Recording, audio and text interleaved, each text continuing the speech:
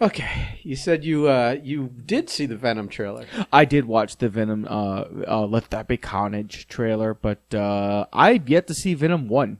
And Venom's one of my favorite characters. Still have not gone out of my way to see that first movie. Let's jump into that sentence for a second.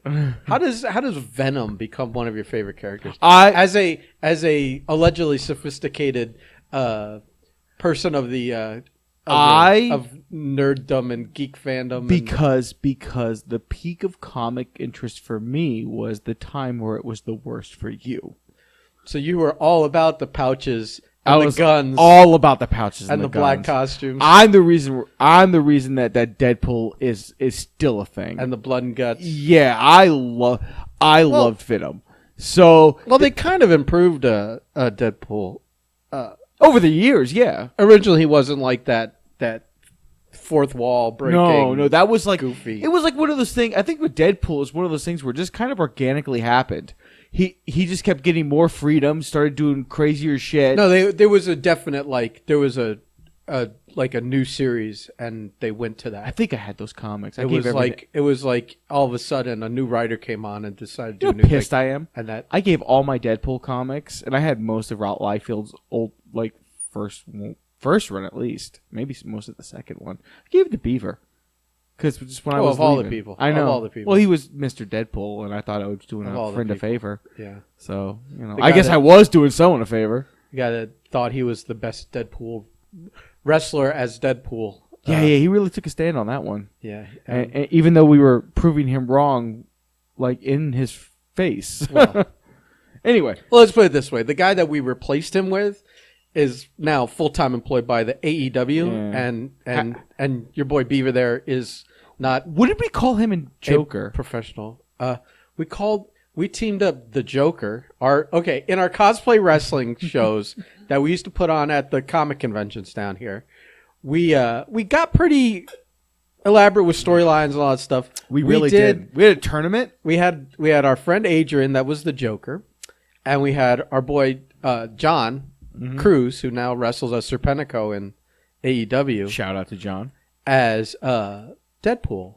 And we put them together as a tag team. And it was tremendous comedy. And we called them the Deadfools. The Deadfools, that's right. Hashtag Deadfools. Okay. Yes. Man. Oh, man. If we were going to make merch was going to be easy on that one. And I got excoriated for taking the belt off Toxie. The tag team belt off the Toxic Avenger. He was singularly holding the tag belts at the time. Now, this was officially licensed. In fact, Lloyd Kaufman was at ringside. Lloyd Kaufman was in the ring for some of it. He was part of the...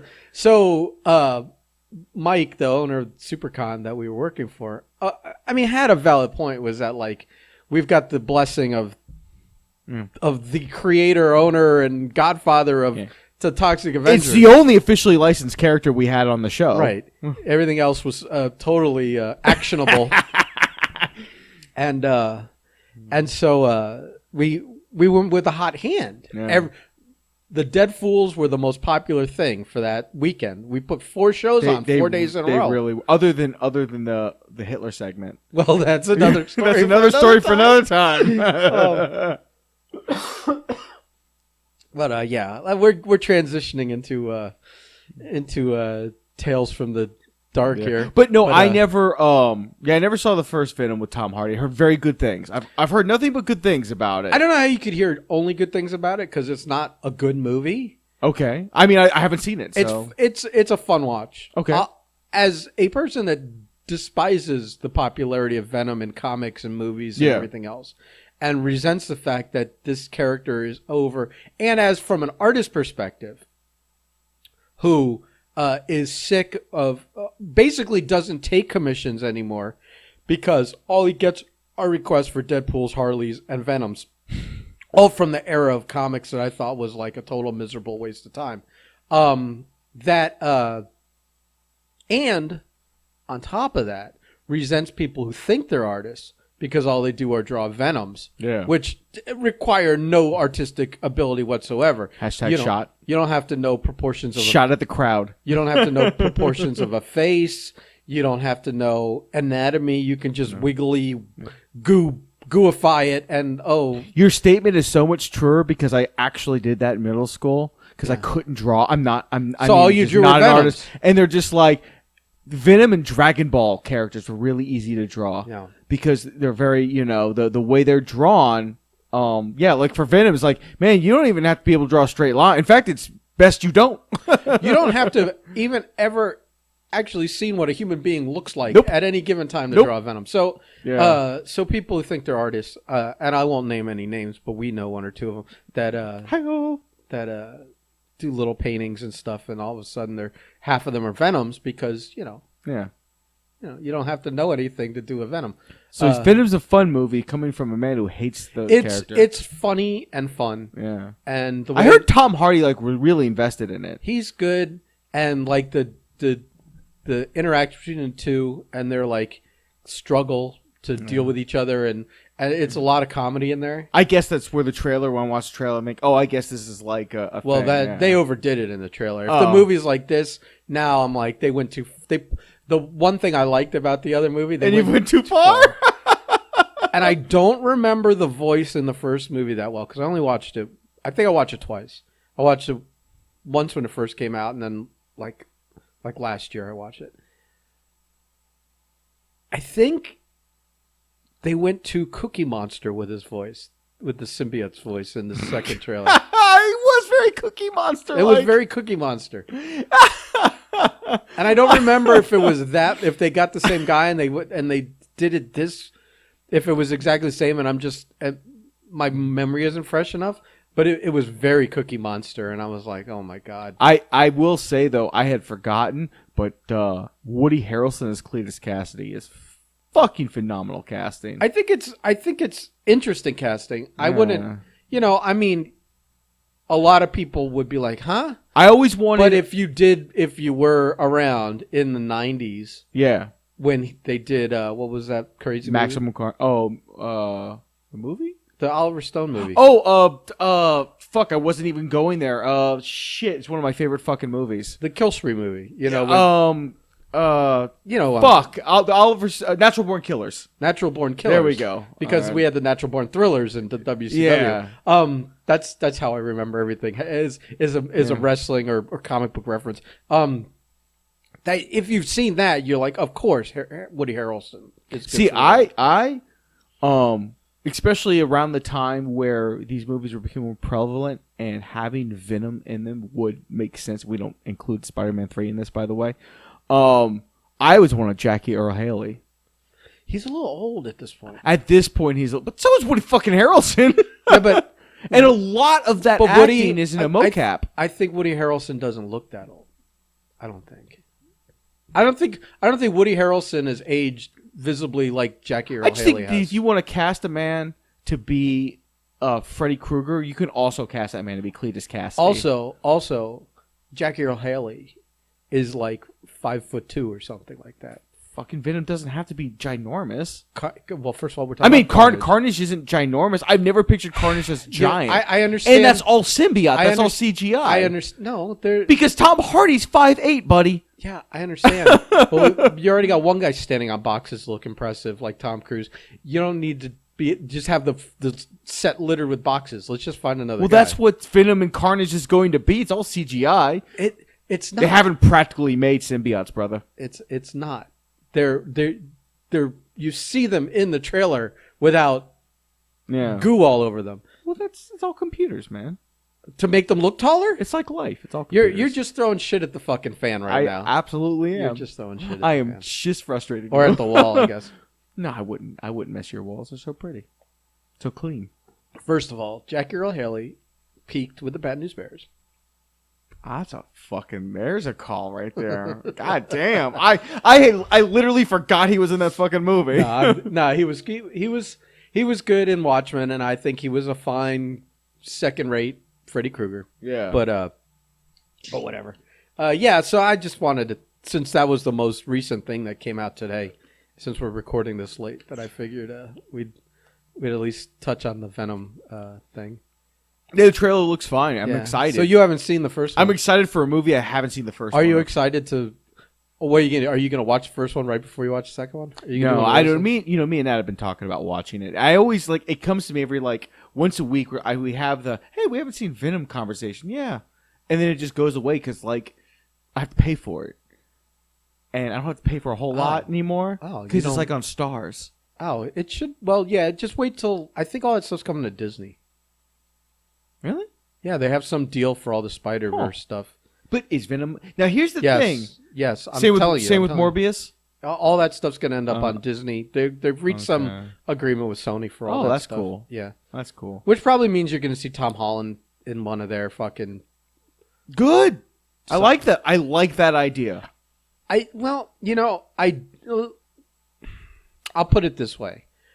I'm not averse to it.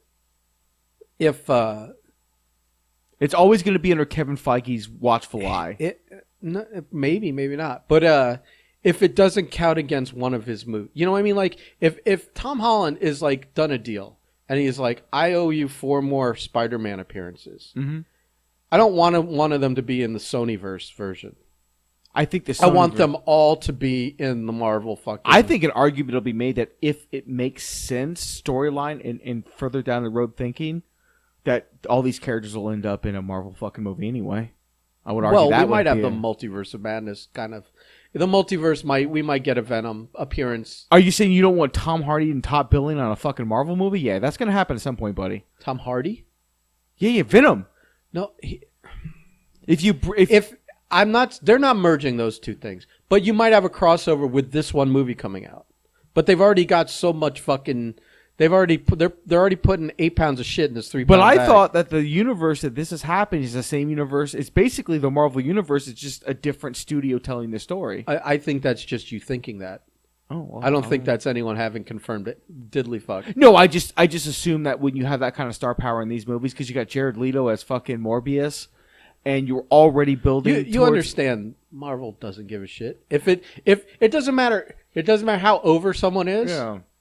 If the fucking story sucks and the character sucks and the way they made the movie sucks, Marvel's gonna be like, no, we're not interested in my whole story. it. That's my argument. It's like they did it. Apparently, Venom did a good enough job to get a sequel. Making money and being a good movie are two different things. Well, hold on. So it did enough to have a sequel. They're obviously doing the Morbius thing, and at this point with the relationship with them and Spider-Man and Marvel, then fucking. You can't tell me that these high-level conversations haven't been made. They might have had them. They might not have. Ben, you're just trying to piss me off. You know they've happened. You know Feige goes, what are you doing? You were doing this? Well, what if we did this instead and then it ends up in X? Whatever X is. If we got the next fucking, Marvel, they've usually got the next 5 or 10 years worth of shit. We're not gonna.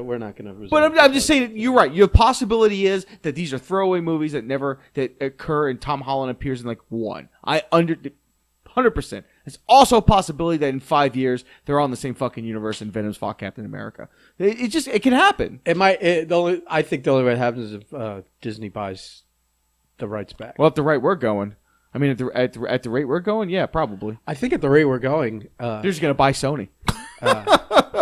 Well, they wouldn't buy Sony. I didn't think they'd buy Fox. Maybe they would. Yeah. I don't know. I think the PlayStation makes them enough money where they don't need to sell maybe the video game division. So where did we leave off last week? Did we go over the end of Invincible? Yeah. Okay. Cool. Yeah. Cool. Because I couldn't remember if we. We're did moving that on. All right. We're moving on to our next superhero show. Jupiter fucking. You didn't like it, did you? You watched the first episode. I watched the first episode. I wanted to see because we wanted to talk about it in the podcast, and I was interested with the trailer. I binged the whole thing. Okay, but I'd do that. Yeah, it doesn't mean I liked it. Yeah, doesn't mean I didn't like it. I will tell you here's my my take on episode 1. They got a lot of ideas out there. They're obviously trying something different. CGI wise, it's like watching a CW show, and that's not a deterrent on a lot of this stuff. But we just followed 2 straight Marvel series with fucking Invincible and all this high level shit going on, and the boys. So this took me out a little bit. It kicked me back on. Oh, this was the peak before Marvel went, oh, we're gonna start doing this shit. So this is. Oh yeah, that's right. We're watching TV. Yeah. You're right. Absolutely correct. Because Amazon has no budget. Yeah. They're just like they have. It feels like The Boys is like Marvel, where the budget is whatever it takes to make it look good. It matches what we're doing. I'm assuming that. Yeah. I'll tell you this: on the first episode of Jupiter's Legacy is the weakest one. Okay. It gets better from there. All right. And see that one battle that was like outside. Spoilers, by the way. Fuck you. What, Battlestar? Yeah. By the way, or Black Star. By the way, shout out to Tyler Maine. Is that who that was? Yeah, we got Sabretooth as fucking Black Star. Or whatever star. That they did it like green screen with a fake environment and stuff. Yeah, it did not look good. It looked terrible. Yeah, it did not terrible. look good. And it was a very weird choice. And then the rest of the season, you know, a lot of CG stuff, but it's not in like this totally fake environment. Yeah. Let me ask you that with off-colored, like it was like off-colored sunset and like hazy like fields and stuff. It was really weird. It was like somebody else, like they had another company do that one fight scene, and another company did all the other CGI for everything else. It really felt like that. It was a little pastel-y and stuff. It was weird. And after that, everything seemed to improve. There's a ton of like holes in like this series, like a lot of like questions you can ask on why they did this or why. I only have one. Yeah, I only have one question. I only have one question. You can answer it. It's a very easy one. So, they have this fight with the Battlestar Black Star, and he's fucking gacking these younger members. I mean, the brutality's good. I'm for it. He's beating shit out of the old ones too. Yeah, I'm for it. And then out of nowhere, Utopian, his son, who's one of the main characters, just caves his fucking face in, and then everyone's reaction is they berate him for this, and it's like, oh, it's just a bad. No, you can't kill. But it leads me to think it's like he was beaten up, pissed at, he killing you guys. Are you telling me that you're holding back for the sake of a code? Yes, that is the theme of the entire series. Okay, that's all I asked. Utopian's code. So Utopian could have killed this motherfucker in like 2 seconds. Yes. I mean, you would think he could. Yeah. But then how much is he holding back to take an ass whooping? And watching others die. You could cut back just enough not to kill the motherfucker. So it seems weird to me, right? It is. Also, it wasn't that he was beating up everyone. He was about to like nuke everyone. Yeah, he was about to like, I guess, use his big big power. And so it was gonna like kill all the heroes there and like maybe the towns around. So the kid made a call. Also, he was about to kill his dad. And I think you see, maybe you don't see it in that first episode, but he's already got the inner dialogue of self-doubt of himself all the time because he overheard his dad saying that he does it throughout the series. He keeps hearing that line from his dad in his head, and it's a self-doubt thing. And then he'll like, that's when he like finds it in himself to do something extraordinary. Yeah. So I think he's always had the self-doubt and holding himself back, and his father's words in his head that have, like you said, all of a sudden he was able to cave the guy's head in. I think that was just like in that moment and in that pressure and his father's doubting voice in his head all the time that he to prove everyone wrong, it came out of him. Yeah, that moment of greatness that ended up being a killing shot, which you're not supposed to do, and broke the code. And so even though he saved everybody, blah, blah, blah, his dad couldn't be anything but mad at him, you know. Here's my biggest problem. These are themes that go through the whole... My biggest problem, though, is even in the first episode, there's too many callbacks to better characters and better stories. Like with great your responsibility, blah, blah, blah. And I'm just like, bro, you literally said it. Like, you said it word for word. You put it in your show. You made the viewer think about Spider-Man and not your show. It's funny because they do these winks. And like you said, you don't acknowledge something better than your show. Yeah. You're not going to... And I'm not saying it is or isn't. It was funny, though, when he says it. He goes, no. Well, yes, but no.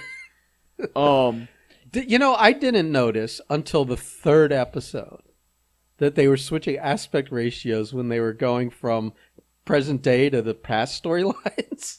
Oh, I only watched the one. I didn't even know it was happening. That's what I'm saying. I didn't even notice it either, which I guess...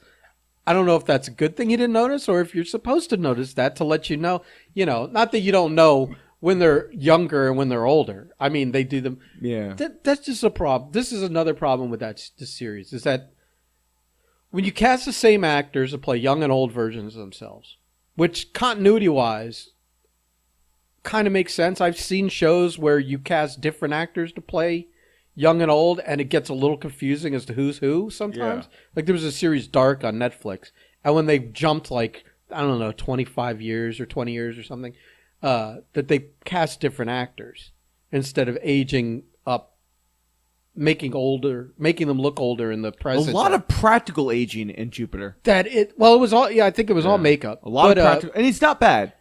But it's not bad until the few times you do notice it. Yeah. But I feel like I don't know. Is it a waste of money to do that instead of just? I don't know. I don't know how it works. I also think it was a little It was weird that this one, it was like a little distracting that the two main characters or the like mother-father figures were like the famous recognizable people, Leslie Bibb and Josh. That's Ricky Bobby's wife, sir? Or ex-wife, I should say. She's a lot of things. She's been in a lot of stuff. I love Leslie Bibb. She's been in the league. She was, the girl Iron Man fucked. All kinds of stuff. The girl. Remember? That's so the true. journalist? Oh my God. She's been in a ton of stuff. She's really good. But it was the one time where it was a little distracting for me who they were. And I think he did a good job, but I don't know if people just have Josh Duhamel. I guess that's how you pronounce his name. Duhamel, yeah. Whatever. If people have just rejected him as a lead in big stuff, I don't know. Here's the problem, Ben. And this is my episode 1 take of the show. And by the time we do this next week, I'll probably have watched most, if not all, I'll be curious if you stick with it or not. But here's my problem. And this is not any of the actors, actresses, or anyone's fault. The problem is, currently, as it dropped, man, we have seen this story just told way better so many times over. I think you're right. I think, and it's too much now. It's just like the book. I think the comic books are better. Mark Miller, who writes he's a fantastic writer. He's good. I feel like there came a time. Okay, here's what happened. Mm-hmm. Apparently, I'm kind of piecing this together. Maybe I read it somewhere. I don't know. That Netflix soured on the Marvel deal. They wanted Marvel to cut back number of episodes, and Marvel refused to because they had got such a sweetheart deal and were getting paid so much per episode. Yeah. They're like, no, you're getting all 13, pal. And when you watch those Daredevils and whatever, Luke Cage, it felt like they stretched everything. They didn't have enough for 13 episodes. Oh yeah, we're like those. There were a few episodes where you're like, this could have been summed up. So I think things got contentious between them and Marvel, and so what they do is they're like, "Fuck this, let's just get our own IP instead of leasing Marvels for arm and a leg," because that was a really early deal, and they paid a lot of money to be exclusive, to have these exclusive Marvel things, and after a few years, I think they had some buyer's remorse. Because I think they felt they overpaid or something. Yeah. Especially once they got Iron Fist. When they got Iron Fist, they were like, "Oh, we overpaid for this." Yeah. So they went to Mark Miller. I think it's spelled Isn't it Millar. It's spelled Millar, but I believe it's pronounced Miller. Okay. He's Irish or something. Yeah. So Not that that's like super exotic, but maybe they pronounce things a little differently there. And I think they bought the Millerverse. Now, granted, minus Kick-Ass and Kingsman. Oh, Jesus. Those two are already licensed out. Yeah. So they don't get those unless whoever is holding those licenses stops making the movies and it reverts back and blah, blah, blah. And I think since that's not part and parcel of what they bought, that would be another negotiation for Netflix anyways. It wouldn't just come back to them. Yeah. So they bought the Millerverse. And then I think what happened was... The Millerverse sounds like a beer. Well, I'll tell you what the Millerverse is. Millerverse is all of his IP. Yeah. And what he did around the time, I guess, I don't remember which one came first. It was Kick-Ass or Kingsman, or if he had been writing some other stuff before that got made into stuff. I don't know. He's had a lot made. But he had been doing this thing where he was creating series after series after he left like Marvel. When he went to Image or wherever he was independently producing his books, where he was just doing like these like 6-episode comic titles and then moving on to something else. As if he was just churning out IPs to be made into movies. Are you on your phone? What are you doing there? No. I'm sorry. That was business. Okay. I had to take a look at that. So it seemed like he was creating comics specifically to be made into properties for TV and movies. And then if something was successful, he might make a sequel thing to it or whatever. But like Kick-Ass, he hadn't written Kick-Ass 2. No. They basically made the movie and then wrote the book. So what wait, did he do? He was Wanted too, right? I think so. Yeah. Okay. I think so. I'm not sure. We're probably making that up. Oh yeah. We're not gonna like. But I feel like Kingsman's the same thing. I think he wrote the first one, then they made it into a movie, and then for the second one, it was either created hand in hand at the same time, or they made the movie and then he wrote the comic. I mean, that's kind of genius. It is, except it's a little whorish too. Well, you know, it's not like it's not so much I love creating comics and I'm just lucky that they're being made into these properties. It's like I'm making comics, baiting people to make them. I'm making them specifically. It feels like he's making these comic titles specifically as spec scripts for movies. Yeah, but I don't think anything wrong with that. I don't know. But so what they did was... It was like Ultimate Avengers, like I forgot what issue it was, where they sit around and literally talk about how they'd be cast in a movie. Didn't Mark Miller write that too? Holy fuck, I think he did. It goes to my point. So if it was, I think I think he did. Yeah. So here we are. Yeah. And so Netflix, from what I know, I think Netflix said, listen, whatever you've got that hasn't been optioned, we want you. We're buying you. We're buying this. We want to basically move you in. You're going to be you're going to be a little wing of production studio. So now he has stuff that was written that they're making into things. Like I think Huck existed before they bought him over. And there's a couple other things in production. Jupiter's Legacy was made as a comic and multiple chunks, like 6-issue runs called Jupiter's Legacy, Jupiter's this, Jupiter's that. All of them, I think most of them were written and published before this deal was done or during or after or continued after the deal was done. Yeah. So he signed this thing, and apparently in an interview I saw recently, he said that he had to put in his thing with Netflix that he was going to be allowed to keep creating comics. Like he was being signed to just create stuff for them. Yeah. And he's like, well, let me make them. Comics are my first love, blah, blah, blah.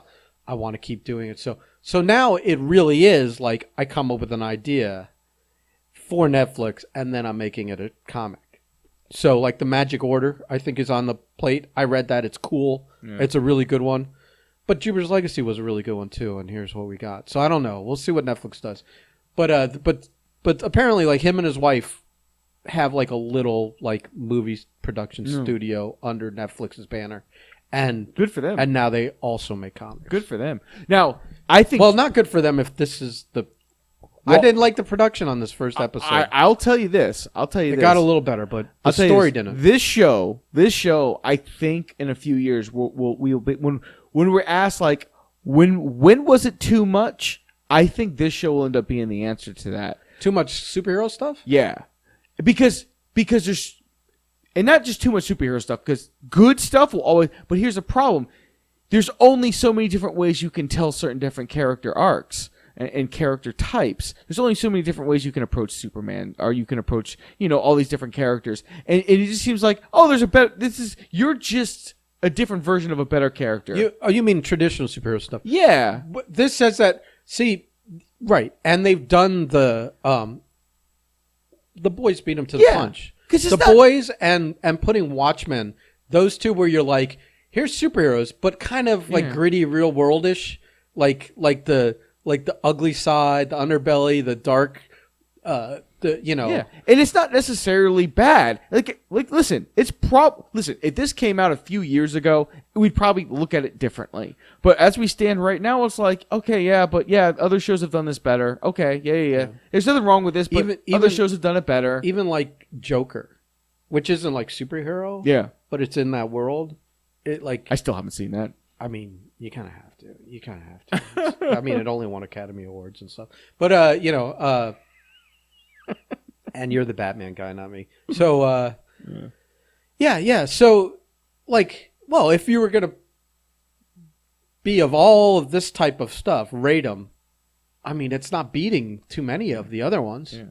I would in its type. I would kind of think that this is a show where it's like, okay, you can't just throw shit out there. You really have to take your time with it. I'm not saying they didn't, but you've seen all these stories play out before in better ways. I do like the past story where where it's kind of like how they get to here, how they get powers. I was interested in that. It's the better of the two stories. So it's like an A and B side that just play simultaneously throughout each episode. Yes. Yeah. And it's kind of like watching Highlander, where it jumps back and forth a little bit, not through multiple time periods, just the. Yeah, we're gonna stick with Highlander 1 here. Well, Highlander 1, it tells his story through a lot of. I'm just saying they jumped to two different time periods. We don't talk about Highlander 2 in a bit. But you're missing my point. Highlander, he jumps centuries. Yeah. This isn't that. So does Tom Cruise. And you're all right. Never mind. All right. No, I get your point. No, I'm sorry. It's not a good comparison. No, it's a terrible comparison. But I just had to say Tom Cruise's name. Yeah. All right. And for some reason, I was going to say a Vampire in Brooklyn. I'm like, that's a way different movie. I don't even remember that movie. I watched that maybe a year ago with Natalia. It did not age well. Of his Eddie Murphy's off-brand movies, I think my favorite is Harlem Nights. Oh, okay, yeah. It's so funny, and he loaded that with all kinds of legendary fucking greats like Red Fox and Della Reese and Richard Pryor and just all the fucking heavy hitters, and none of them give a fuck in this movie. And they're just there to fucking have fun, just chew up the scenery, just be fucking tremendous. Yeah. So yeah, Jupiter's Destiny. I mean, whatever, or Jupiter Legacy, or whatever the fuck it's called. Legacy, I think. Yeah, Legacy. I think this one's the Legacy. It's. I'm gonna watch more. We'll see. We'll check back in next week. It's not. Here's the thing. It's not. I don't remember how many episodes it is. I think it's 8 or 9. But they're not 1 hour. No, 40 minutes. 35 to 45, I think, for most of them. So you're not. It's not as much of a commitment as it feels like it might be. And they go quick, even though, I mean, there's a lot to like, and there's a lot that's I wish the scripts were given another pass over by somebody else that knows how to write scripts. Yeah. Instead, I feel like since Mark is the writer and he's overseeing all this, that's the problem there. A little bit too much hubris there. Maybe I don't know. And again, I don't know the process. I don't know what how it's all set up there. But like I said, a couple years ago, we'd be talking about is this show because it would have been all that we've ever seen in this way. Maybe 15 years ago. You think so? Yeah, I mean the Marvel stuff's better than this. Whoa. The Marvel Netflix stuff. How long has the Marvel Netflix stuff been out? It's been a while. Oh, It's been enough that 3 seasons of Daredevil have come and gone, and then them not making it long enough for it to revert back to Marvel has come and gone. Yeah. So I mean, we're talking a while. Yeah. No shit. Holy fuck. Yeah. Time passes, man. We just blink, and all of a sudden, holy shit. Yeah, you're right. It's like, that was 10 years ago. Oh.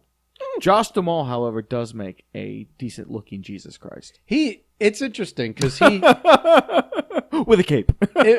It's funny. It's so funny for that character to be as like sort of pious and Mr. Code and whatever to look like a fucking homeless. He does. Like it's like if you're trying to set a standard and example, you would think part of that would be your appearance. Yeah. Do you know what I thought? The first couple scenes when I saw it? I was like, oh, so... You thought he was a drunk or something. I kind of thought like, oh, so whatever happens in the past, it all falls apart, and he is just fucking a lunatic. I mean, he looks dirty. He looks like a lunatic that lives in the forest. It looks like... It's funny because his costume is like bright white and clean, but he looks filthy. He does. He looks filthy. With the hair and the So, like, when you first see him, you're like, oh, this guy's got, like, a drinking and drug problem. He's lost it. He probably has raped a couple... I mean, he just looked like every bad thing. And when his wife shows up and they have a family thing, I'm like, but why do you look like that? I don't understand. Right. Like, you're Superman, and yet you look like you live in a ditch. It was weird. Very weird.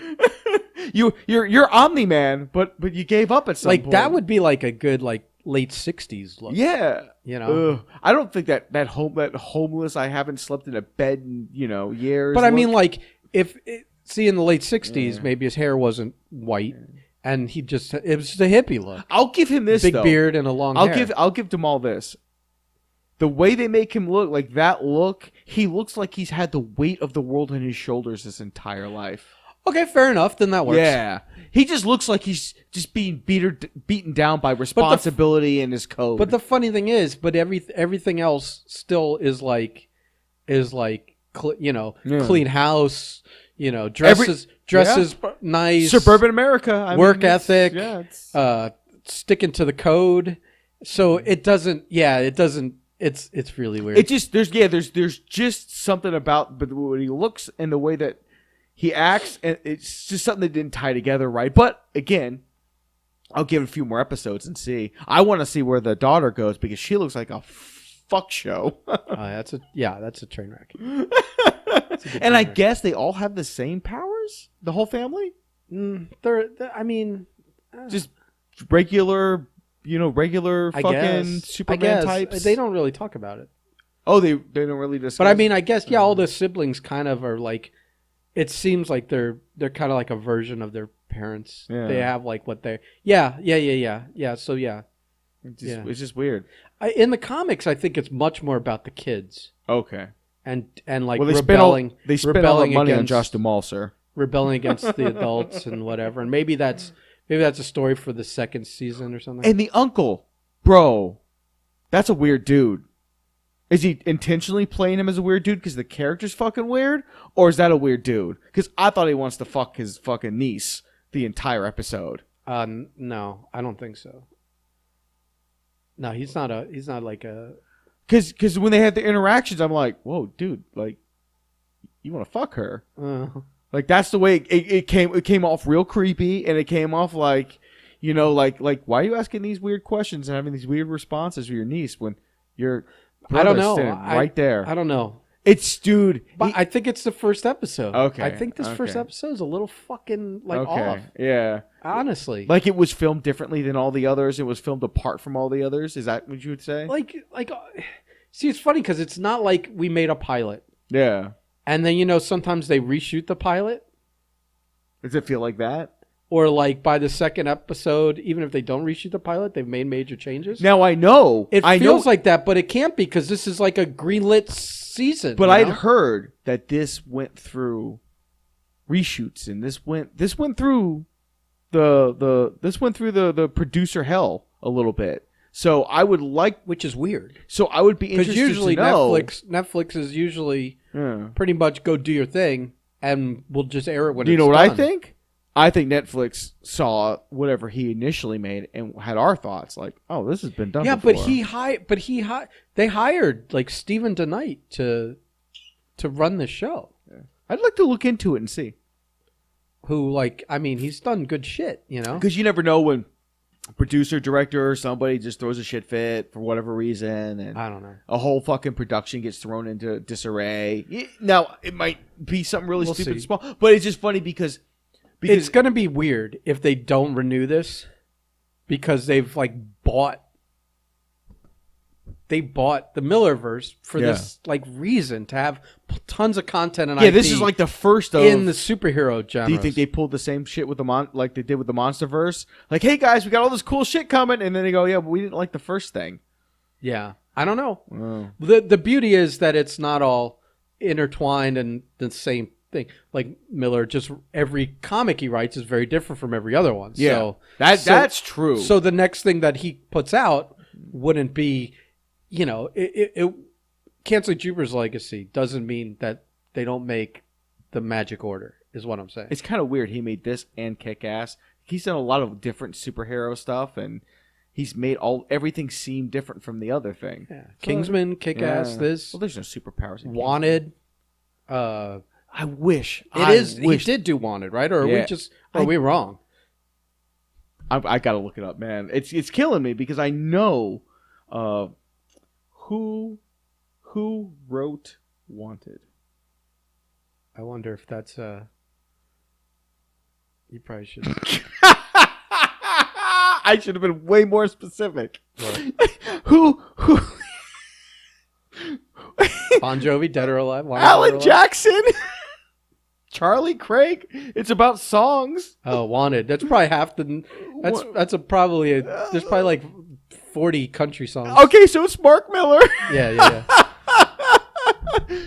Be more specific in your searches, people. Comic. Put the word comic in there. And Wanted was a much different comic than it was a movie. Well, and so was this. Yeah, to a certain extent. And I mean, I don't remember if I even read the first Kick-Ass comic or not. I think I did, but bro, it's been forever. Yeah, I couldn't even tell you. I never read the Kingsman. No. I think it's one of those things. So I'm kind of like backtracking here. Speaking of the Venom trailer, did you see the Marvel trailer thing? Like the celebrating the movies thing that they put out last week? I did. So they gave us like a whole fucking faceload of a lot of all the new stuff coming out. Everybody.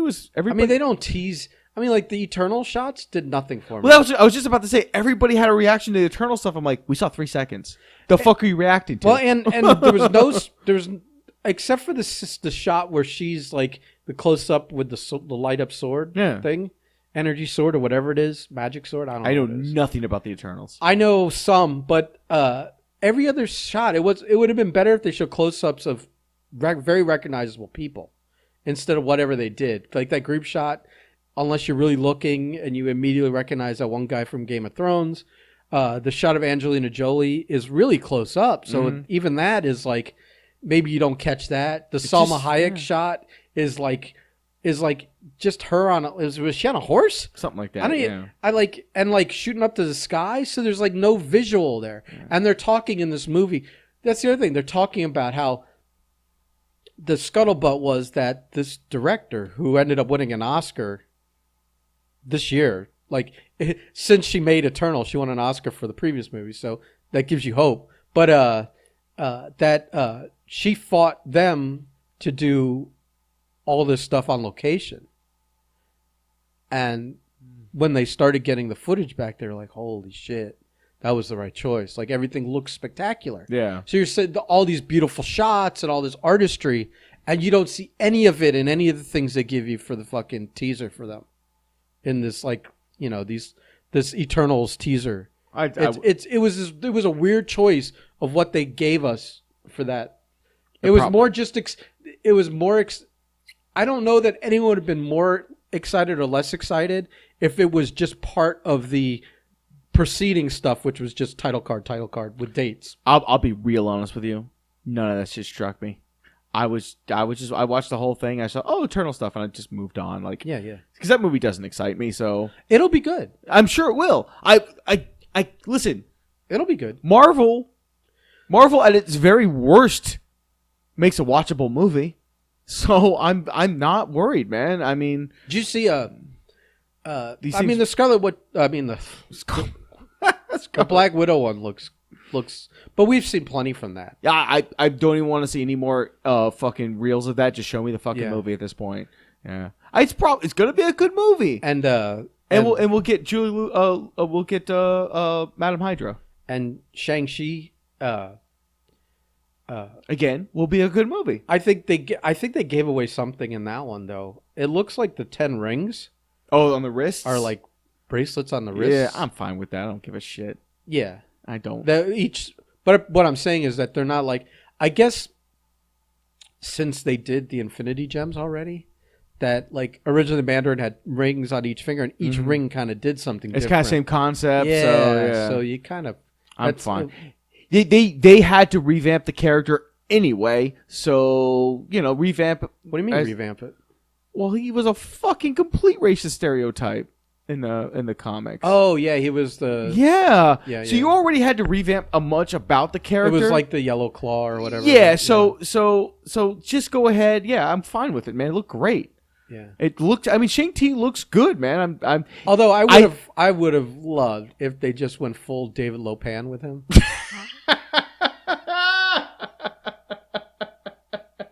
I would have also popped for that. I mean, that's not a super racist stereotype. He's kind of the best Mandarin there's been so far. He is.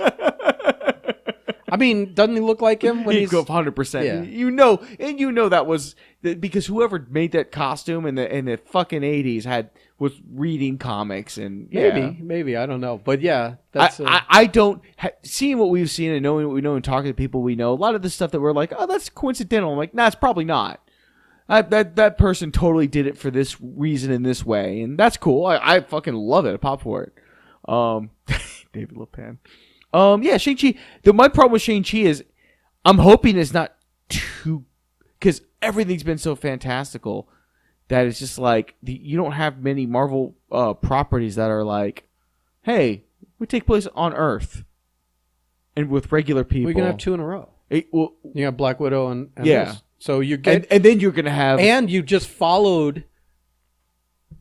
Winter Soldier. Yeah, so you've had 3 pretty grounded things. I'm all before you go off in outer space again with Doctor Strange and Spider-Man. And I don't know enough, and that other than Black Widow, they 100% wanted it that way. But I don't know Shang-Chi very much at all, so I'm just looking forward to going into it. It's James Bondy type. He's always like a kind of like a spy, I think. He wasn't related to the Mandarin, obviously, but he's kind of like always been like an agent. Yeah. And he's like, I guess, the best martial artist on the planet. It's the original comic Bruce Lee. Based on Bruce Lee. Yeah. So, and in like Enter the Dragon, he was an agent. He was going undercover and infiltrating Mr.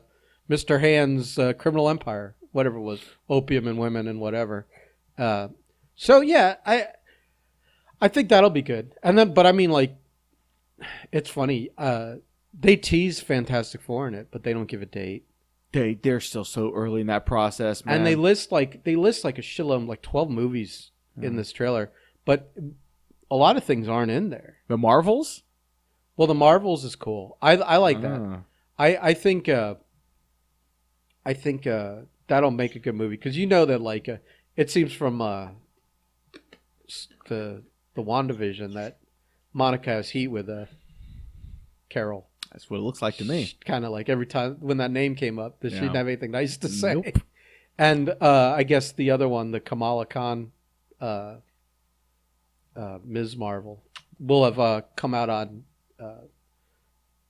her streaming show. Will have come out by then, so you'll have all 3 of them in Which it. I'll watch. It's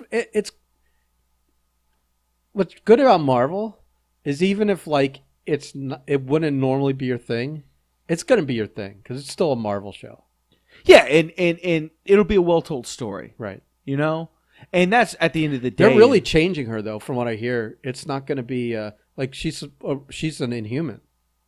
But oh, yeah. But Feige has basically taken all Inhumans, wadded them into a ball, and thrown them in the garbage. It's the best place. You'll never get Black Bolt or Medusa or anything. You know, which is a shame because you can do so many cool shit with Black Bolt. I feel like you really can. I feel like the Eternals is going to be like the new Inhumans. Yeah. Except that it's a really limited cast of characters. Inhumans is a little bigger and they may be a little more like outside of the movie viewing audience. No one knows either of those casts, so it doesn't matter. Yeah, it doesn't matter which one you Eternals use. You can literally do whatever you want. And they were going to use the Inhumans like their X-Men for a little bit because they didn't think they were going to get the rights back. Well, then the show came out. And apparently from what I hear, Feige hated the guy, what's his name, that was in charge of all the TV stuff.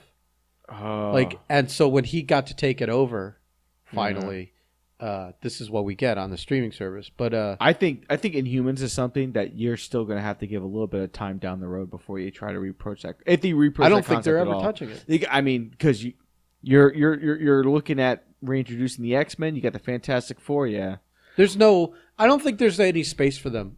I just bring in Black Bolt. Fuck the rest. But I don't know. In the great scheme, they're always side characters. They've never been front and center.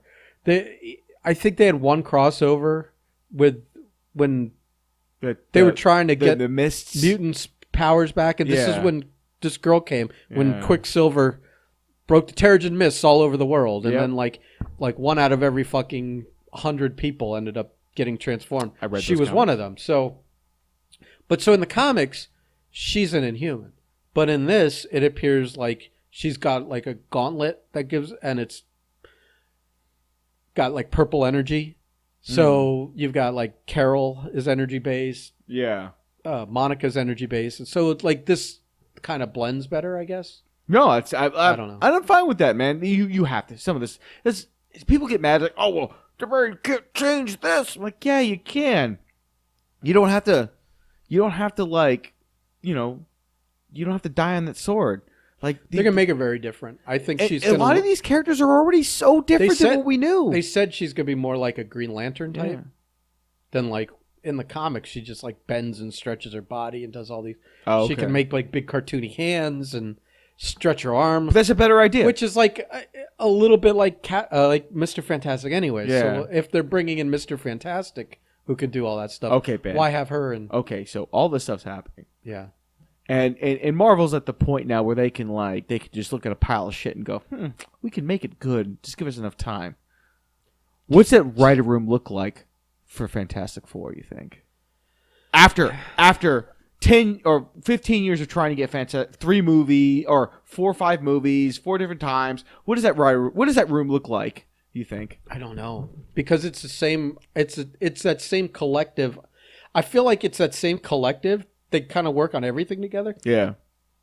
To a certain extent, like thematically and how it fits in the universe, and then someone goes and writes a script for it. But I don't know. It's a good question because it's not a writer's room. It's a movie. It's a script writer. And this is not okay. Well, we know what worked with X-Men, what didn't work. We know what we want to do. We know where we want to put them. But we have proof. Positive and negatively. You look at a Fantastic Four, it's like, well, did anything ever work other than Chris Evans? Shit, he can't be Human Torch anymore. Fuck, we're kind of starting off, but we know all the things that don't work. Casting wise, that's a different story. No, but I'm just saying, like, you look at those old Fantastic Four movies. Now, I will tell you that the first It doesn't matter what the movies did. Feige goes to the comics. Feige always sources. I understand, and now you have a very particular take on how you want Fantastic Four brought back, and I agree. Well, that's a different story than what they're going to do in general. Well, what I'm saying is, like, you look at where we're at in the world of the Marvel Universe, and what we've accomplished, what we haven't accomplished, and where we're going. Where do you believe the Fantastic Four fit the best? Because they're all the properties coming out to become a movie or a sequel. They're the one where it's like, in fact, I would argue with you. I think that movie is harder to pull off than, say, Guardians. I don't think so. I think you could tell it either way. You could tell a modern version of it. The problem is the history. You have to really, really, really cleverly rewrite a lot of the history of the characters with each other. Yeah. Because, they all kind of, Ben, Reed, and Victor all come out of being in college together, I think. I don't know that Ben and Reed were friends before college. I don't remember that. I don't remember where Sue came into this. If she was also, if all four of them were in college and Johnny was just her younger brother that she was looking out for because I think their parents weren't alive anymore or something like that in the original. There's so many, I've read, after reading Ultimate Fantastic Four and seeing movies and cartoons and all this shit, I kind of forget what's what. But especially since they're not my favorite. Like, I like them now, but for a long time, I wasn't a Fantastic Four guy. Yeah. But I don't know. I mean, you could tell a modern version. I think it's a lot harder.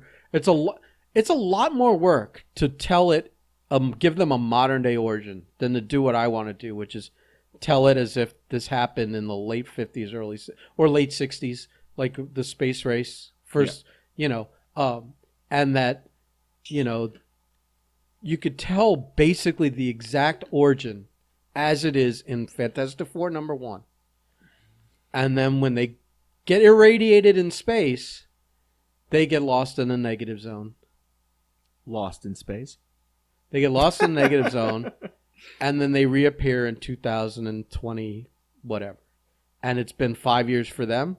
They've learned how to use their powers. They fought a battle with a nihilist for those 5 years, surviving. They did an entire nihilist arc, and they have to put $1 in CGI. Creating tech and learning how to use their powers and all that stuff. And they come back here. Yeah. Doom has been here all along. That's my big right there. Doom has been here all along. He's been in a closed, the same way Wakanda has been closed off, or how Atlantis has been hidden, because we're getting Atlantis at some point. Or like in the real world with China, nobody knew what was going on in China for years until we kind of they opened their borders again. Mm-hmm. So you do that with Latveria, and as soon as he finds out Reed is back, he comes back to the world and opens his borders a little bit, or at least starts like relations in terms of like the United Nations or stuff like that. And Doom is a little older than them, but he hasn't aged 70 years. Magic. Because he is. You can do full Doom now. That's awesome. Doom is Tony Stark and Doctor Strange rolled into one. He's got the tech and the magic. So it's easier to tell that origin with that just simple change of like, they went up in space and were like the Lost Mission, almost like Planet of the Apes. They go up into space and they disappear. Mm-hmm. Except then like in Planet of the Apes 3, when the ship reappears and they think it's Colonel Taylor and everyone else, and they take their helmets off and they're the fucking monkeys. Instead, take the helmet off and you see Rocky Ben Grimm. Yeah. And empty. The helmet comes off and it's empty, and it's Sue Storm being invisible, and they just have returned from the negative zone where they were stuck for whatever, and the time difference, kind of like Quantum Mania. Yeah. This quantum realm, the same thing. You just explain it the same way. I'm wondering if that will. They could have even been in a pocket of the quantum realm. That's what I'm thinking. See, it all fucking is easier to tell that Fantastic Four story if you actually tell the original origin. And that it's the same thing with Captain America. It's like you don't have to then deal with all the years in between. Mm-hmm. He was frozen. Oh, they were lost in another dimension. It doesn't matter. Yeah. You know what I mean? I agree with you. I be honest with you. Just don't spend half the movie like they did that first one where like they come back and they've got these powers. And basically the whole movie is cleaning up behind themselves. Like, they've created every mess. Yeah, they created every mess. They didn't do one heroic thing. The Thing smashed the truck, and then they got to talk him down off the bridge. And that's like a whole thing. and Johnny accidentally burning his clothes off and walking home naked and, all that dumb shit. None of that. We don't need any of that. They just come back and know how to use their powers. And you can do flashbacks about them fighting in the negative zone. You want them as like battle-hardened warriors almost. Fucking back. Like the origin without also the, here's how they got the powers. Yeah. But we're not going to show you Yeah. all the training wheels. Just clips steps, here and there and call it a day. We've done that enough with Spider-Man and Doctor Strange and whatever. Yeah. Let's tell the origin a little differently, where they just come back badasses. They can have someone has a PTSD dream sequence of being in the negative zone. Yeah. And it's an extended one, and it jumps a little bit from here and there, and you get all the little glimpses of how they became proficient with their powers. Do you know what I love so much about the Tom Holland Spider-Man? We didn't have to kill Uncle Ben to get there. Right. How many times do we have to kill Uncle Ben? How many times does Batman's parents have to die? I'm right there with you, man. Just they're heroes. Let it go. Let it be. the only thing that I feel is not true to the character is that he doesn't have that tremendous weight of responsibility. That's true. He doesn't. They don't show it in the comic. In the movie. What Sam Raimi pulled off, they did not even attempt. They didn't. They're not he never is like. He's just a good kid and always does the right thing. Yeah. They haven't given you why. Yeah. And listen, he's a good kid. He did the right thing and he was brought up right. But for some reason, I think that like the Code in Jupiter's Legacy, I think the presence of Ben Parker, like to this day, you can open almost any random Spider-Man and it's 50-50 that you're going to feel it. Yeah. And that I don't feel like they've drilled in, reinforced, or even have ever touched on the fact. It feels like a conscious decision not to. That the Ben Parker Code. Because his name hasn't even been brought up. Right. Ever. Did they mention him? Yeah, a conversation with his never even aunt? been mentioned. It feels like Kevin Feige went, no, we're not. Okay. We're not going there. I mean, and which granted, I can respect. We're at the same place because he's just a good person. Yeah. Yeah. Fine. Yeah. I'm fine. Yeah, that doesn't bother me. It bothers me that Aunt May is so hot. Oh, that doesn't bother me. We forget Marissa Tomei. We forget an 18-year-old kid's aunt. Yeah. Is going to be a fucking MILF. But for so long, she was a doddering 90-year-old woman. Yeah, but that always was like, but that was the fucked up thing. It was like almost like, it was like one of these weird things. Like, was she really my aunt or was she my grandma? And there was some weird like, we lied about an unwanted pregnancy back in the 30s, No, we're pretending you're sisters, but she's really your mom, kind of thing. And it seemed like Peter's parents were like half the age of Aunt May. Yeah. You know, so. And it's always great because like the stories were like Doc Ock marries her and all the J. Jonah stuff. It makes that weirder because when you think of Aunt May, especially, at our age, you think of Aunt May, you think of this doddering 90-year-old woman who's incapable of most things except. They in the comics now, they've totally modernized her. They still won't give her dark hair. Because I guess Peter's now in his 30s in the comics. Or he's definitely not in his 40s. Well, they fixed her in Ultimate Spider-Man. She was young in Ultimate Spider-Man. He's definitely not in his 40s. But in the comics, he's in his 30s. So she's like, maybe, let's just say she's in her late 50s. Yeah. Okay? She's Marissa Tomei's So age. they give her like a hipper haircut. And like, it's still Aunt May. But but she's got gray hair and stuff like that. So I was about to say something about Ultimate Spider-Man. I wanted to make sure I was right because it's been a long time since I read Ultimate Spider-Man. I think she still had whiter gray hair in that. Okay, no. She's like Jane Lynch. Yeah, she kind of looks like Jane Lynch. Okay, it's what she looks like now in the yeah.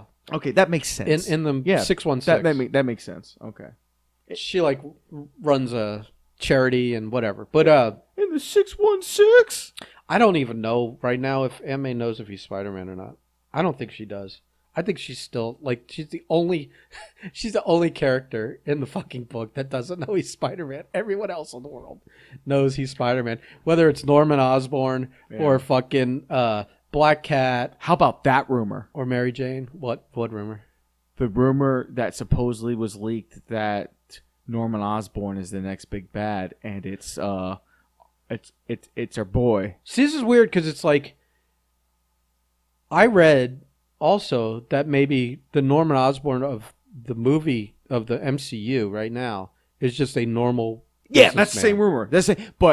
But an evil one. Willem Dafoe comes through, Yeah. like I guess the fourth dimension or what the fuck ever, and he's like, "Oh, this is," and apparently like they're gonna do it like they should have done in the first Raimi movie, where he's just an insane person who just throws on a fucking hat and some fucking just throws green paint on himself and goes crazy. That would be great. That would be amazing. It's Willem Dafoe. I would 100% buy that. But I was gonna say if he went to like a more like comic book traditional costume. Just throwing fucking weird pumpkin bombs. But I don't think they will because I think they want it to be. They're gonna make it good though. I'm not worried about. But I'm that, saying like man. I think he's gonna have that shitty outfit with the hard mask and the whatever. They'll make it work in a way where we go, oh, that's Goblin. Yeah. You know, we'll be 100. Like Marvel's already earned all that trust. It's just great to me because the rumor was, and I don't know if this is spoilers or not. We never know. You know, it's just that rumors about Marvel stuff doesn't happen very often.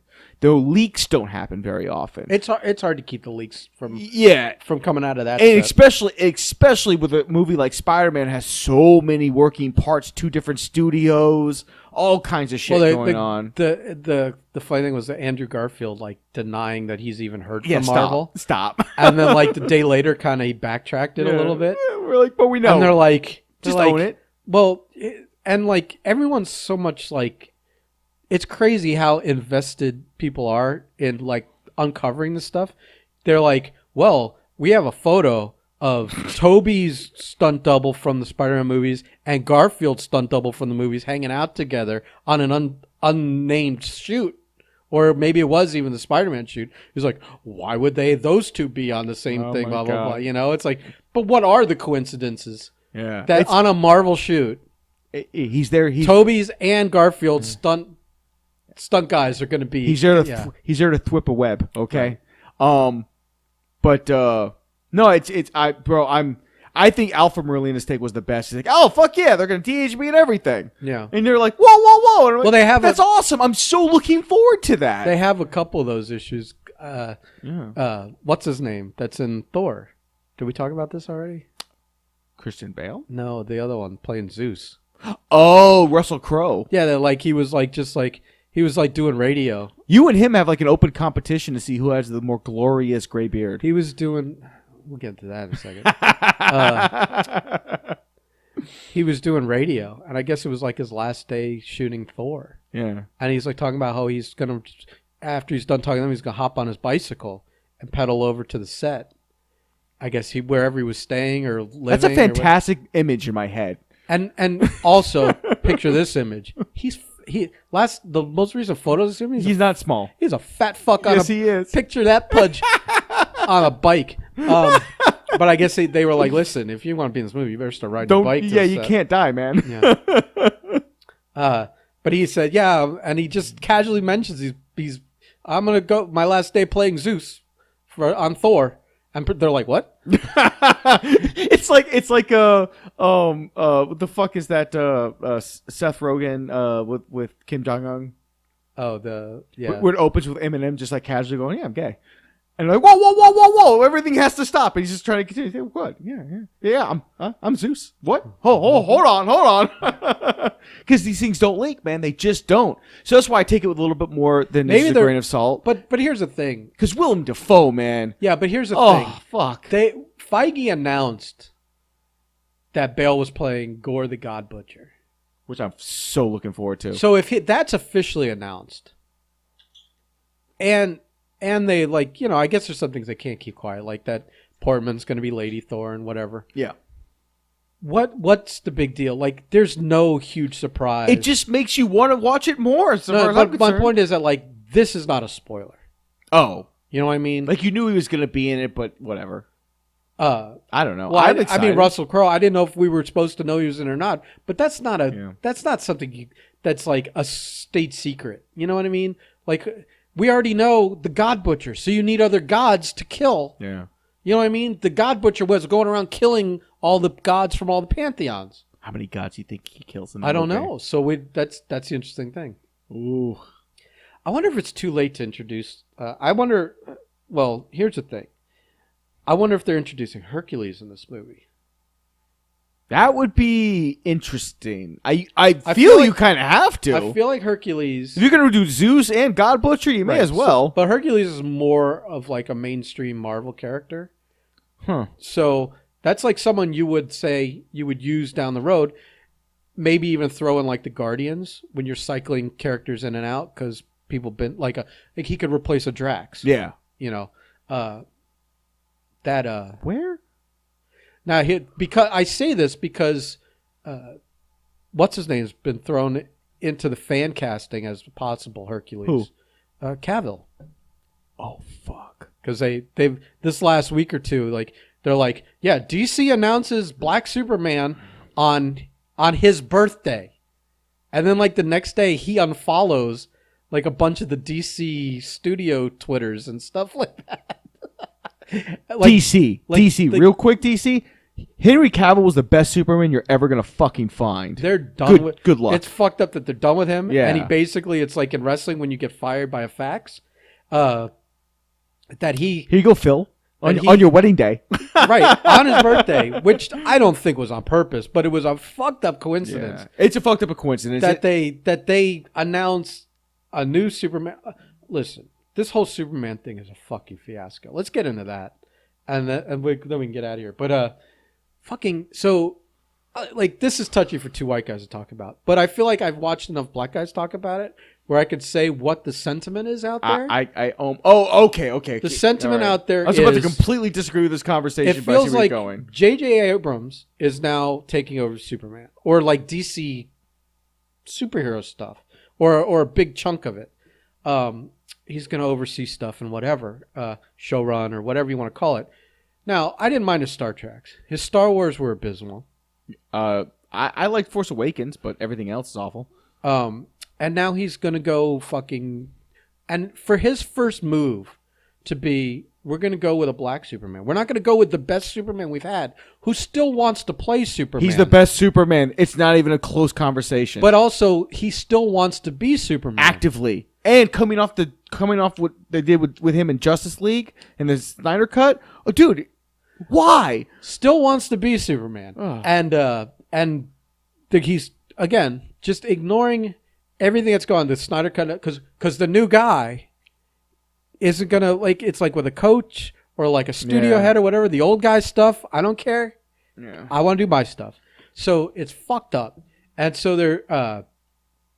So he comes and he's like, we're going to do our version, and it's going to be a black Superman. You're like, okay, there's two black Supermen that exist out there. There's Calvin Ellis, and there's like a Zod. John Henry. No. Not still. There's another like. Oh. There's another. I honestly don't know. Okay, there's another one that's like a Zod L or something like that. Okay. Like it's something. I can't remember. I just thought all of Krypton was old white British dudes. But Calvin Ellis is the cool one because it's like it's Kal El. Yeah. Wink, wink, but it's not Kal-El. It's a different where he comes and he's raised by different people. He becomes president, and he's such a great Superman that he is. If you've never read the books, he is in charge of the multiversal Justice League. Mm-hmm. There's a Justice League that is characters from all different all different universes, and he's the Superman of that one, and he's also the president of the United States of his reality. And it's just this great, it was this great creation that whoever did Multiversity or whatever it was called created this guy, I think.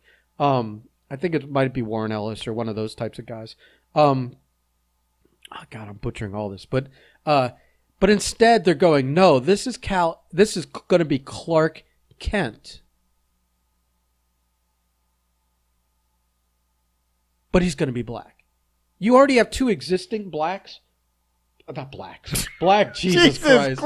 Jesus Christ. You already have, Well, I know you thought. It was going to say Superman Yeah. after, but I forgot to say You just stared at me, and I was like, "Whoa, buddy, where are we going?" I ran out of breath before I could get the Uberman out. And I'm like, "Oh, this is going to bad territory." Yeah, this is bad. But people, just stick with me for a second. Ben was not being overtly racist. Yeah. I don't have a white hood in the closet. I'm not what's his name in Watchmen. But you had two well-written, well-developed black characters that were Supermen, that were not Clark Kent. They were their own new version. But instead, you're going to make a completely instead, you're basically black-facing Clark Kent. Someone told me that. So there were a ton of like on TikTok is what I'm on a lot. But there's all these really insightful, smart people that talk comics on there all the time. And they're also African-American, black, whatever you want to say. And they're all wholesale reject them doing this. They're like, this is I will refuse to see this movie. I'll refuse to talk about it if this is the way it goes. And it feels like this is the way they're going. Because even the Warner Brothers said, like, this isn't part of the DCEU. This is like it's like Joker. It's a separate entity altogether. Well, but so if it's gonna be a separate entity, make it a separate entity. Don't just say it's Clark Kent, but he's black. It just seems really, really wrong. Like you have at least two strong examples, and you're just going to just blackface Clark Kent. And it's if that's true, and it's coming off. I honestly don't know. This is like coming off. It feels like they're trying to redeem themselves for all the poor treatment Ray Fisher got, and some of the. But it's so obvious. And axing had the Jon Stewart character. Yeah. It feels like they were catching some heat for being kind of anti-black, and so then what do? The worst solution possible. Really is this clumsy. I'm trying to appease people, but I don't know how to actually be right about it. You could make a Jon Stewart movie and make all the money. All the money. Jon Stewart's the strongest Lantern. And this was your conclusion. Let's just throw Henry Cavill away and blackface Clark Kent. Like, that just seems like the worst possible. It is. If you can throw Cavill away, which you don't need to do at all. See, this is the problem. When you say we want a black Clark Kent, you can't have a white Clark Kent. Yeah. But if you go, we'll have the white Clark Kent, but we can have a Calvin Ellis or the Zod-El or whatever he was. Both ideas sound fantastic. Right. I'm saying you could still keep this wonderful mythology and I'm saying this wonderful guy that has been Superman and wants to still be through Superman. Thick and thin, sir. Right. So what I'm getting to is that now that Cavill is basically free agent again, and that their DC has no plans on using him. Hercules. I assume Marvel was on the phone. Dude. So they threw out a couple of people for him. They said Hercules. Okay. Yeah. They said Wolverine. No, not seeing it. I see it. He's not the short, stocky Wolverine, but we've already not had the short, stocky Wolverine. We've had tall, lanky Wolverine for years. I've always imagined that Hugh Jackman is 4'9". Okay, and Captain Britain. Oh my God. I'm straight up honest with you. I'd love to see him as Hercules. Holy shit, he's the perfect Captain Britain. I mean, except that he's not blonde. Oh, for fuck's sakes, that's a wig. Well, I'm saying you don't need to make him blonde. That's all I'm saying. It doesn't matter. What the fuck? Listen, remember when what's his face? Fucking Daniel Craig got the Bond gig and everyone was pissed off. Oh, blonde?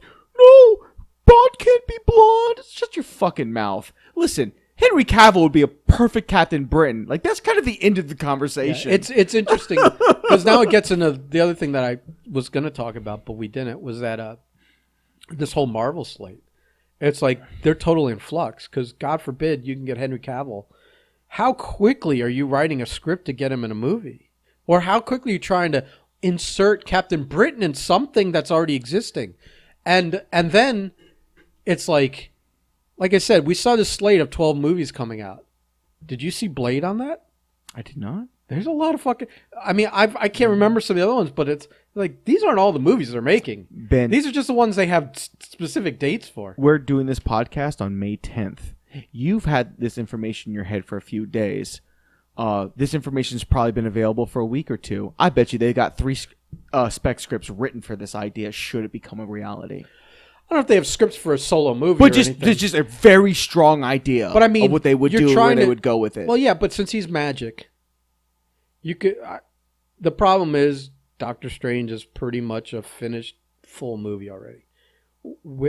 What's the next? What's the next thing you could launch him in? Introduce him in before you give him his own thing. That's true. That's what I'm saying. A lot of the magic stuff has already been. It's like what movie do you? It's like he can't pop up in Blade. It doesn't work. Where does his powers come from? It's the Otherworld. Oh, okay. And it's the Majestrix Lilandra or something like that. Or that was the Shi'ar. I forget. Oh no, Saturnine. This is queen of this other realm, and it's kind of like magical, and it's a nexus point, and she kind of like empowers all these Captain Britons on all the multiverse. Oh, okay, all right. And at one point, that all blew up, and then there was only the one Captain Britain. But now they just relaunched the entire Captain Britons. The funny thing is, in the comics, they rebooted the X-Men recently. Jonathan Hickman did. It's fantastic. He's no longer Captain Britain. His sister, Psylocke, is. And the lady in the other world or Ultra Realm or wherever it's called, I haven't read those fucking magazines, those Captain Britain magazines since the 80s. But she hates that this chick is Captain Britain. She wants Brian to be Captain Britain again, but he's a different role now with a sword and stuff. And she tried to kind of off Betsy Braddock and whatever happened, something happened, and it relaunched the Captain Britons everywhere in all the universes.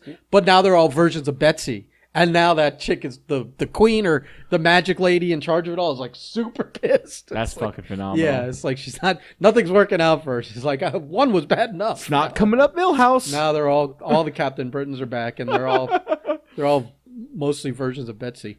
So yeah, he'd be great.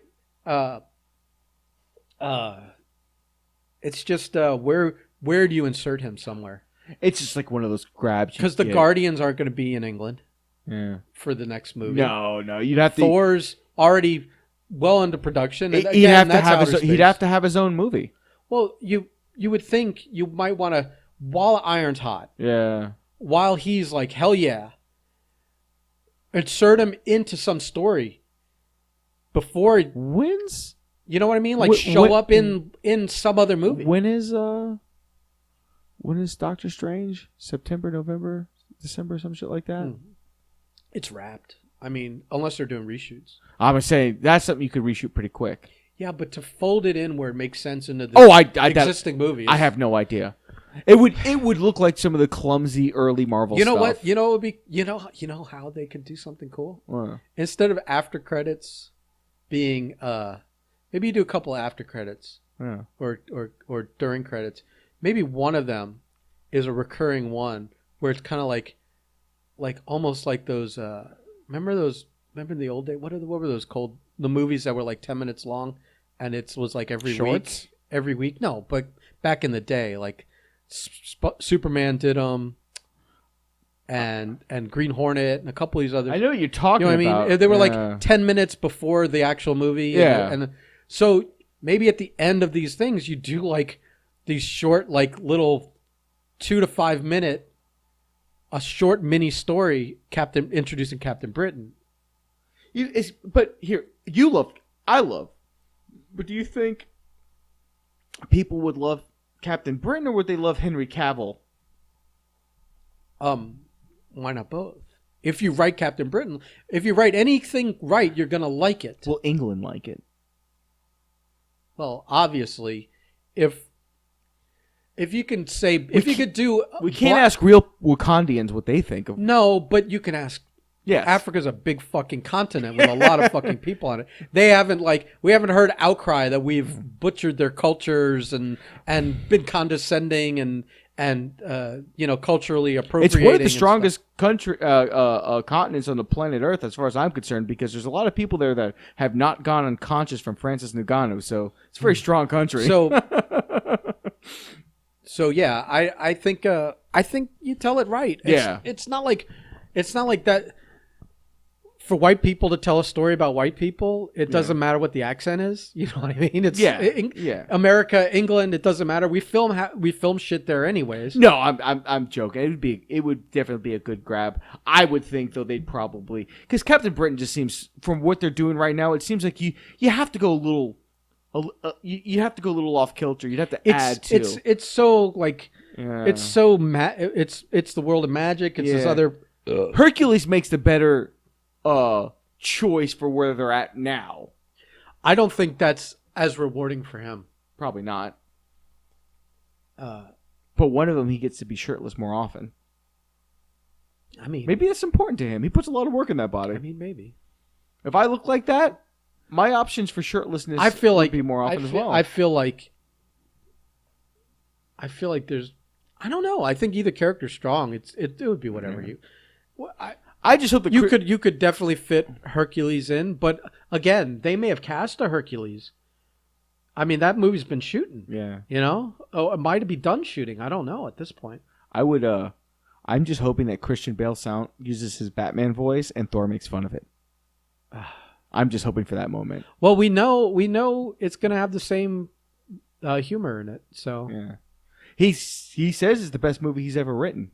Taika? Yeah. Well, what do you always say that about your next project? Well, of course, but I'm, it's like you're not gonna say, well, this is like my, this new movie coming out I did. It's probably my fourth best or fifth best. Like honestly, it kind of cracks the top 5 maybe. Yeah. I mean, it's not my worst thing. It's not even my second worst. Let's put it that way. Listen, you'll like it. I sort of. I mean, that humor works if you've only made like 2 movies. Yeah, But other than that, don't be saying that. Oh, all right, man. We've talked long enough. Yeah, I was going to talk about there was some controversy with a Mary Jane cover, but oh my God, I saw that. We don't need to talk about that. Blah, blah. Yeah, so stupid. So stupid. Because you and I will get in trouble talking about it. Yeah, we 100% will get in trouble talking about that. Let's continue to hold on to the audience we have somehow earned. Yeah. I don't earn shit. We heart you guys. Please share our shit. Like, subscribe, all that nonsense. Yeah, interact a little bit. Like, at least like or subscribe. Just tell us you hate us. Anything. Yeah. We just need some kind of validation, one way or the other. We do.